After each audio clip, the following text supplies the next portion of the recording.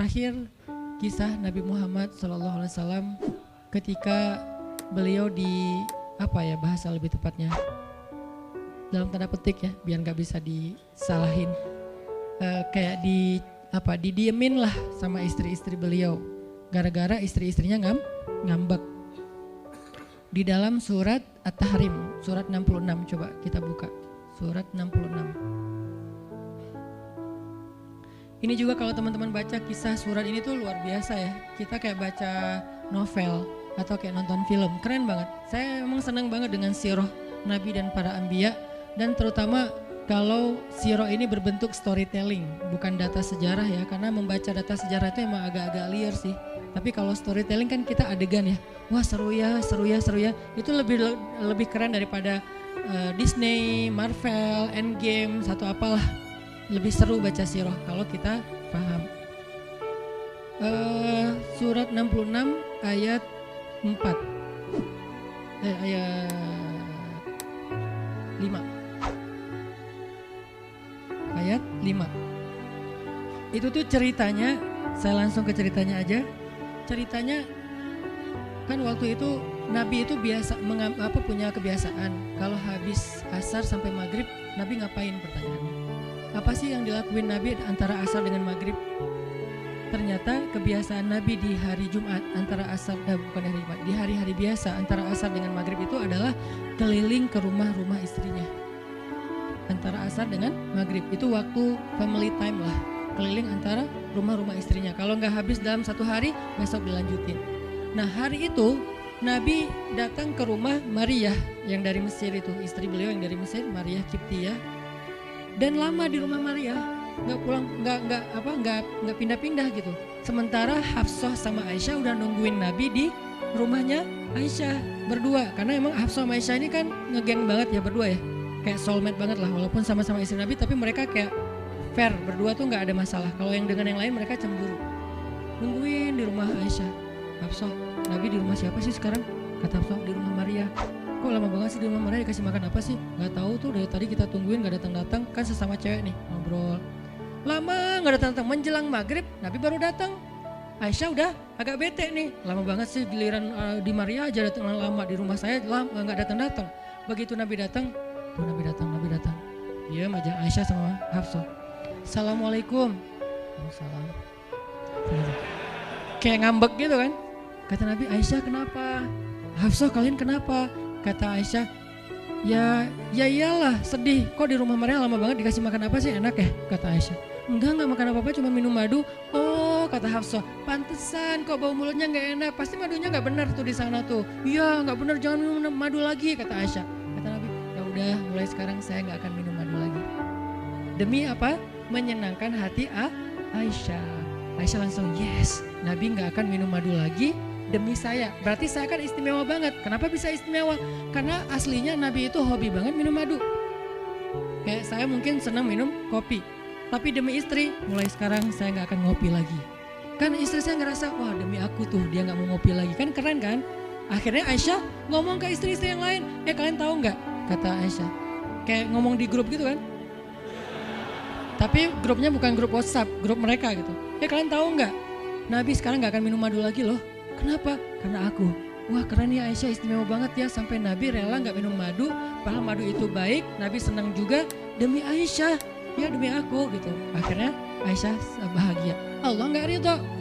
Begitu Nabi ngomong kayak gitu, Allah turunkan ayat pertama surat At-Tahrim. Ya ayuhan Nabi. Jibril langsung turun. Ya Rasulullah ada pesan. Ada pesan tuh dari Allah. Kata Rasulullah, pesan apa Jibril? Nih, ya ayuhan Nabi, lima tuharrimu ma ahallallahu lak tabtaghi mardhata azwajik. Kenapa engkau mengharamkan apa yang Allah sudah halalkan bagimu? Hanya pengen menyenangkan hati istrimu, wahai Rasul? Astagfirullah, salah ngomong saya. Mengharamkan yang Allah halalkan. Astagfirullah ya Allah, mulai sekarang saya akan minum madu lagi. Astagfirullah, maafin saya ya Allah. Jibril balik ke Allah, kasih tahu Nabi akan minum madu lagi. Nabi ngomong ke istri-istrinya, ngumpulin semuanya kecuali Aisyah. Semuanya dikumpulin. Ada Hafsah di situ. Wah istri-istriku, maaf ya aku salah ngomong kemarin depan Aisyah. Sekarang aku akan meralat. Mulai sekarang aku akan minum madu lagi di rumah-rumah kalian. Jadi kalau sore aku lagi datang, siapkanlah madu seperti biasanya. Terus istri-istri Nabi ngerasa, Masya Allah Nabi sekarang minum madu lagi demi kita, gitu kan ya. Kan antara mereka kan saling pengen nunjukin siapa yang paling istimewa kan. Demi kita sekarang Nabi udah minum madu lagi, Nabi sampai meralat kata-katanya. Akhirnya ternyata kalimat itu sama Hafsah disampaikan ke Aisyah. Kalau bahasa sosmed kita di capture, di forward. Kan bahaya banget kan. Disampaikan ke Aisyah, Aisyah tuh lihat Nabi sekarang minum madu lagi loh. Demi siapa coba? Demi kami. Aisyah, innalillah, jadi Nabi gini. Cuman Aisyah gak sampai ngomong kayak kita, dasar ya cowok dimana aja sama gitu. Itu mah kata-kata cewek sekarang ya. Kalau Aisyah kan elegan kan gak ngomong gitu. Akhirnya pas Nabi datang Aisyah diam. Aisyah diam, kata Nabi, Aisyah kenapa? Aisyah kenapa? Oh jadi gitu, di belakang ternyata sekarang minum madu lagi. Hah? Nabi langsung datangin sama Jibril. Rasulullah tahu nggak kenapa mereka rame-rame sekarang? Siapa yang ngasih tahu nih ke Aisyah? Jibril ternyata jadi penengah, makanya jangan macam-macam deh sama Nabi. Ada Jibril, ada Allah kan susah gitu membuat rahasia. Tahu nggak Rasulullah kenapa Aisyah ngambek? Kenapa wahai Jibril? Gara-gara Hafsah ngebocorin rahasia Nabi kepada Aisyah. Oh ini kerjaan Hafsah kata Nabi. Oke, Hafsah. Panggil nih Hafsah. Dipanggil Hafsah, kata Nabi, Hafsah, kamu udah membocorkan rahasia saya. Ini menurut sebagian tafsir. Memang ada banyak tafsir sih. Salah satu tafsirnya kayak gitu. Hafsah, kamu udah membocorkan rahasia aku. Dan sekarang istri-istri pada ngambek. Istri yang lain juga ikut ngambek sekarang gara-gara Nabi kayak sekali minum madu, sekali gak minum madu. Yang lain pada diam semuanya. Datang ke rumah Ummu Salamah. Assalamualaikum, Ummu Salamah, waalaikumsalam. Tadi kayak aku belum selesai jemuran, dah langsung pergi jemuran. Gak mau ngomong sama Nabi. Maria, assalamualaikum, waalaikumsalam. Kayaknya tadi aku lagi sibuk nyetrika deh. Jadi gak ada yang mau ngomong sama Nabi, diam semuanya. Nabi kan jadi sedih kan. Gara-gara siapa coba? Gara-gara Hafsah. Akhirnya Nabi bilang, Hafsah, aku kecewa banget dengan sikap kamu. Kamu gak jaga rahasia aku. Sekarang aku antar kamu pulangnya ke rumah Umar. Bahasa lainnya diceraikan. Hafsah dicerain sama Nabi. Kerennya Hafsah pas digituin, dia cuma nangis. Dia gak bilang, ya Rasulullah, Rasul tega nyerahin saya, terus saya gimana? Gitu, enggak.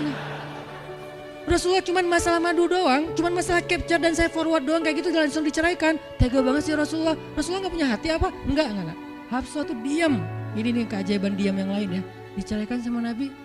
Innalillah, astagfirullahaladzim. Hafsah yuk kita pulang ke rumah Umar. Iya ya Rasulullah, pulang aja. Baik banget nih Hafsah, soleha banget. Jadi by the way emang semua istri Nabi itu soleha, cuman namanya perempuan kadang-kadang muncul sifat dasarnya mereka cemburu, mereka sedih, mereka baper. Tapi itu manusiawi dan perempuan yang soleha pun merasakan hal itu. Hafsah pulang ke rumah Umar. Assalamualaikum, waalaikumsalam, dibuka sama Umar. Ya Rasulullah, Hafsah langsung masuk ke kamarnya. Ya Rasulullah, anak saya bikin salah apa? Pasti dia nyakitin Rasulullah ya. Maaf ya Rasulullah. Langsung Umar marah-marah. Hafsah, kamu ngapain sama Rasulullah? Hafsah diam aja, dimarahin habis-habisan sama Umar. Umar tahu sendiri sayang banget kan sama Nabi. Ketika ada masalah antara Nabi dengan anaknya, pasti yang dimarahin anaknya, bukan Nabi. Nabi pulang, Hafsah diomelin sama Umar, diam aja nggak ngomong apa-apa, diam. Akhirnya Jibril turun, ya Rasulullah ada pesan dari Allah. Apa wahai Jibril? Di surat At-Tolak, surat putus. Kan At-Tolak itu artinya diputusin. Bahasa ini pesantrennya dicerai. Turun surat At-Tolak. Kata Jibril, Allah nyuruh kamu raji'ha ya Rasulullah, raji'ha innaha qawwamah sawwamah fa innaha min azwajika fil jannah. Wahai Rasulullah, rujuk Hafsah. Disuruh rujuk. Allah gak reda Rasul menceraikan Hafsah. Tahu gak kenapa Allah begitu membela Hafsah ketika Hafsah ada masalah dengan Rasul? Salah satunya karena Hafsah diam. Harusnya Allah ngebela Rasul, Umar aja ngebela Rasul, sahabat-sahabat ngebela Rasul karena Rasulullah selalu benar. Tapi Allah ngebela Hafsah, kenapa? Karena Hafsah diam, sebegitu ajaibnya diam.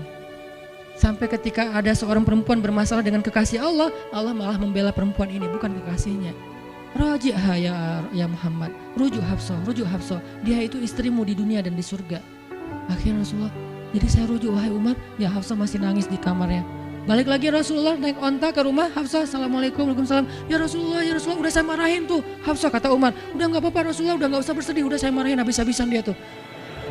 Kata Rasulullah, Umar, aku pengen ngomong sama Hafsah. Ya Rasulullah jangan, biar saya aja ngomong. Dia emang gak bisa ketemu sama Rasul. Ya Umar, aku pengen ketemu sama istriku. Hah, istrimu? Hafsah, itu Rasulullah. Keluar lagi Hafsah, soleha banget, lembut banget. Keluar, ada apa ya Rasul? Hafsah tuh gak marah-marah. Ada apa Rasul? Hafsah, aku pengen ngomong sama kamu. Umar diam bingung. Kata Rasulullah, Hafsah, aku ingin ajak kamu balikan. Romantis gak sih? Rasul pengen ngajak Hafsah balikan. Kok balikan sih Ustaz? Ya rujuk kan balikan. Rujuk artinya kembali ya balikan. Hafsah balikan yuk. Umar bingung, hah balikan? Hafsah, Allah yang nyuruh aku untuk merujuk kamu. Umar makin bingung, Hafsah kamu keren banget. Sampai Allah belain kamu gitu. Kata Nabi, Hafsah, Allah turunkan ayat khusus tentang kamu di surat ini. Umar makin bingung, sampai turun ayat, Masya Allah, anakku ini subhanallah, Masya Allah gitu kan ya. Akhirnya, ya Rasulullah, Allah sampai turunkan ayat tentang masalah ini. Alhamdulillah, Hafsah sujud syukur, Hafsah nangis, Hafsah langsung meluk Rasul. Umar, aduh gimana nih? Udah beres gitu, Hafsah dibawa pulang sama Rasul, boncengan berdua. Hafsah boncengan sama Rasul. Naiklah mereka, mobil mereka yang bermerek onta itu. Gimana cara pulangnya? Di depan rumah Umar, Rasulullah langsung berlutut, langsung ngasih tangan buat Hafsah. Hafsah megang tangan Nabi, injak lutut Nabi, naik ke atas onta. Itu tuh romantis banget. Lalu Rasulullah bonceng Hafsah. Tadi kan cerita Hafsah dicerai sama Nabi itu kan heboh di grupnya istri-istri Nabi kan. Hafsah dicerai loh. Jangan-jangan kita juga dicerai. Soalnya Nabi udah gak mau ngomong sama kita. Astagfirullah. Jadi grup Nabi, istri-istri Nabi itu pada khawatir kalau mereka juga sama nasibnya dengan Hafsah. Pada bingung. Tapi tiba-tiba mereka ngelihat Hafsah pulang ke rumahnya dibonceng Nabi. Itu tuh langsung trending loh. Istri-istri Nabi, tahu gak tuh Hafsah dirujuk sama Nabi sampai turun ayat di surat At-Talaq. Oh gitu. Wah Hafsah keren banget ya. Wah istri-istri Nabi pada cemburu pada Hafsah. Diturunkan Hafsah, yang lain pada ngintip Hafsah. Sampai masuk ke rumahnya. Nabi beres di rumah Hafsah, keluar masuk ke masjid. Dia aja di masjid. Istri yang lain Nabi gak mau ngomong. Aisyah, Ummu Salamah, Saudah, Maria, Sofia, siapa lagi? Yang Zainab bintu Jahsy, semuanya Nabi diamin, gak mau diajak ngomong. Datang satu-satu, ya Rasulullah mau dibuatin minum apa? Astagfirullah, subhanallah. Datang lagi Aisyah, Rasulullah capek, subhanallah. Diam semuanya, gak ada yang mau diajak ngomong sama Nabi. Udah mereka akhirnya pada pulang, bingung, ya nasib kita gimana ya? Tanya ke Hafsah yuk. Sekarang Hafsah jadi kayak selebritinya. Hafsah, pada datang ke rumah Hafsah. Hafsah bantuin kita dong.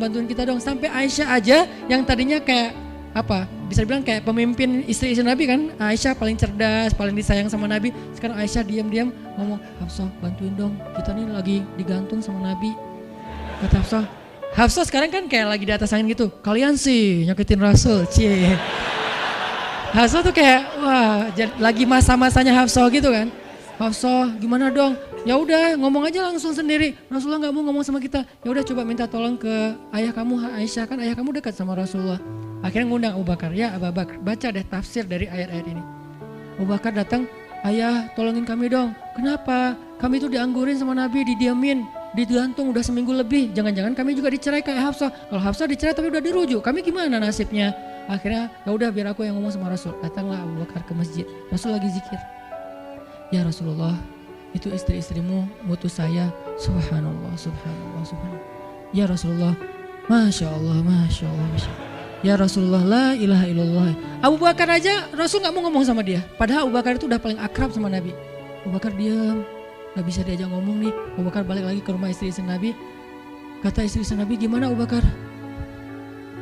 Astagfirullah, innalillah, gimana kalau Abu Bakar aja gak bisa, gimana yang lain? Terus akhirnya datang lagi ke Hafsah. Hafsah bantuin dong, kita udah gak jelas nasibnya nih. Kata Hafsah, ya udah aku minta tolong ayahku ya. Hafsah masih kayak gak mau langsung ke dia gitu. Ya udah aku minta tolong ayahku ya, panggillah Umar. Ayah bantuin mereka dong, nasib mereka sekarang lagi terkatung-katung gitu. Umar marah, kalian sih. Nah, tadi kan yang diomelin Hafsah kan, sekarang diomelin semua istri Nabi diomelin sama Umar. Dan salah satu kalimat omelannya Umar, itu tuh kerennya Umar sampai di-repost sama Allah. Coba, ada gak manusia yang kata-katanya di-repost Allah? Gak ada, cuman Umar. 2 kali kata-kata Umar di-repost oleh Allah. Arti di-repost apa? Ditayang ulang di Al-Quran. Kan repost itu berarti tayang ulang kan? Di-capture, langsung di-copy, paste, langsung ditayangin. Itu tuh kata-kata cuman Umar yang pernah digituin sama Allah. Kata-kata Umar apa? Ayat ke-5. Kata Umar, kalau kalian gak minta maaf sama Nabi, Allah bisa aja mentalak kalian, menceraikan kalian dari Nabi, lalu menggantikan untuk Nabi istri yang lebih solehah, lebih hafizah, lebih bertaubat, lebih baik, lebih cantik, lebih perawan daripada kalian. Itu tuh kata Umar yang ada di ayat kelima. Jadi bisa dibilang ayat kelima adalah ayat repostnya kata-kata Umar. Saking kerennya Umar. Sampai Nabi pernah bilang kalau ada Nabi setelah aku, Umar lah orangnya, cuman gak ada Nabi setelah aku. Jadi kalau ada orang yang benci sama Umar, saya gak heran, dia baca sirah apa? Karena Umar tuh keren banget, Abu Bakar tuh keren banget. Kalau kita baca sirah mereka dahsyat tuh.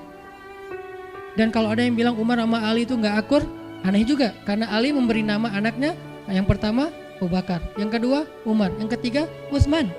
Ketika ditanya sama Umar, ya Abul Hasan kamu memberi nama mereka dengan nama-nama kami, kenapa? Kata Ali, aku berharap mereka jadi orang soleh seperti kalian.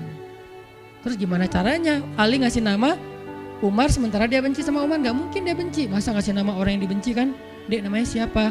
Namrud. Kok Namrud sih? Kan ayah saya benci banget sama Namrud. Datang lagi, dek namanya siapa? Iblis. Kok iblis sih gitu kan ya? Gak mungkin lah. Ngasih nama anak pasti karena sayang. Kayak saya ngasih nama Aisyah, Maryam, Mutia, Yahya, Ertugrul. Itu karena memang saya ngefans dan ngidolain banget dengan nama-nama ini. Yahya, Ayyash, tiga tokoh di situ.